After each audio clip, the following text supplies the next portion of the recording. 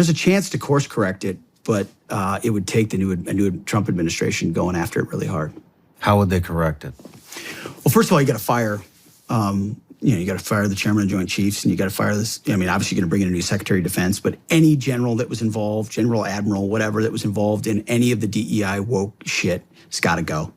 Either you're in for war fighting, and that's it. And that's the only litmus test we care about.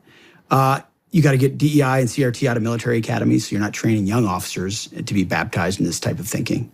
And then, whatever the standards, whatever the combat standards were, say, in, 1995, let's just make those the standards. And as far as recruiting, to hire the guy that, did Top Gun Maverick and create some real ads that motivate people to want to serve. And there's lots of other ways in which you could identify who gets promoted and what, but there's an ethos change. I mean, there's a reason people don't want to serve, because they don't trust that their senior leaders are going to have their best interest in mind in combat. I know there were mistakes made on our tours all over the place, but I, at least for the most part, had a sense that my senior leaders were committed to the completion of the mission for the right reasons.